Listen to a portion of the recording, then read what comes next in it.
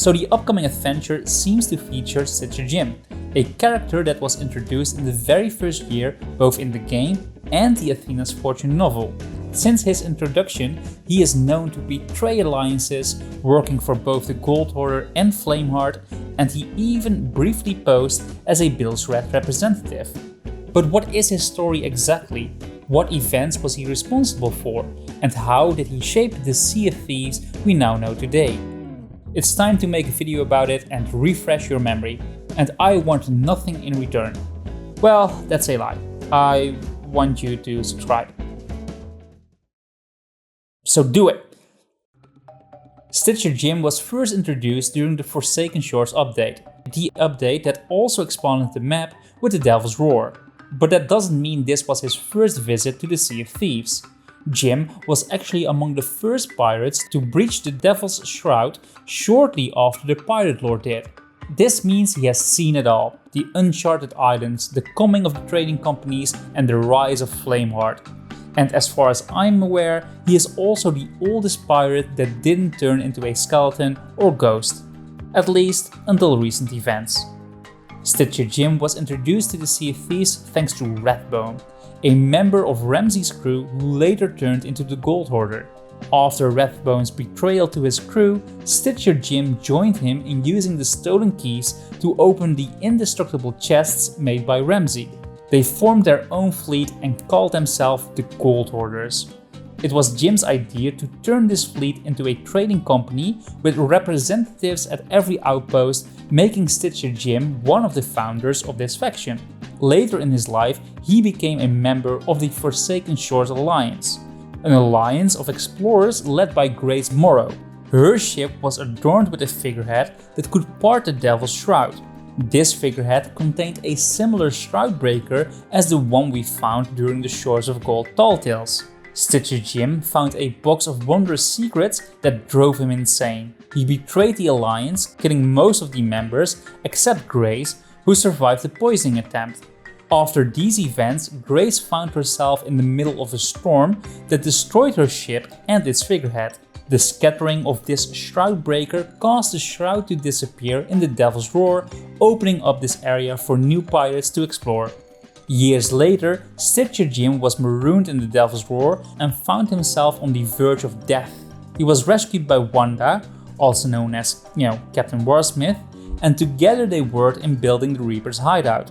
Another task given to him by Flameheart was to test out the boundaries of dragging structures and souls from the Sea of the Damned to the Sea of Thieves. It was because of Jim and the Dark Relics that Old Boot Fort transformed into the Fort of the Damned. And thanks to another ritual activated by players, the Fort of the Damned was able to summon the soul of Grey Marrow. This skeleton lord was defeated during the Shores of Gold Tall Tales, but Jim proved that souls could return to the land of the living without needing the ferryman's permission. During this time, changes were also happening on another island. In the captain's quarters of the Black Witch on Shipwreck Bay, a table could be found adorned with candles and dark relics. The captain of this ship, Arthur Pendragon, had his soul bound to his painting by Grey Marrow, and it was later revealed during the Seabound Soul Tall Tale that he was released by an unknown stranger who was later revealed to be Stitcher Jim. Jim released Pendragon because of his magical sword. He tricked Pendragon, and in extension us the players, in using the sword to release the soul of Flameheart. During this time, Jim also briefly took over as the Bill's Red's representative and presumably forwarded all that was given to him to Wanda. This was an interesting time for the game since players slowly saw the unmarked island develop and the Reaper's hiding place we now know today. Later, Rare released the Heart of Fire Tall Tale. During this Tall Tale, we learned that Jim stole some of the Black Witch possessions when he freed Pendragon from his painting. Using these possessions and, some dark relics again, Jim was able to bound the crew of the Black Witch to a chest of rage. The ultimate goal being to create an Ashen Lord by using this chest in some sort of ritual.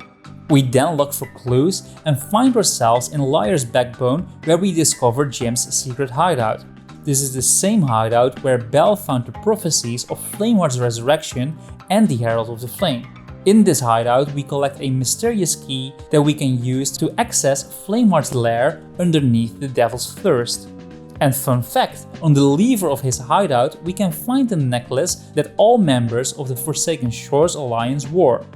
And another fun fact, instead of this old necklace, we later see Jim wearing a necklace with Captain Flameheart's finger. When we finally catch up with Stitcher Jim, the ritual is well underway. We witness him burning his hand when reaching inside the chest. Where Jim thought he would be summoning an Ashen Lord, it may be that he himself is being turned into one. While screaming in pain, he then flees the scene, never to be heard from again. At least until the Herald of the Flame adventure. So yeah, this is just a quick recap of the exploits and adventures of the #1 backstabbing pirate in Sea of Thieves. Sadly, newer players will never experience the building of the Reaper's hideout or the transformation of Old Boot Fort into the Fort of the Damned. But hopefully this video helped you in learning about Jim's backstory, or at the very least refresh your memory before going into the latest adventure. Don't forget that both the Seabound Soul and Heart of Fire Telltales are still available, and I can always recommend players trying these out. So thanks for watching, don't forget to leave a thumbs up, that's always appreciated, and I will see you in the next video. Take care. The devil's roar, a land left unexplored.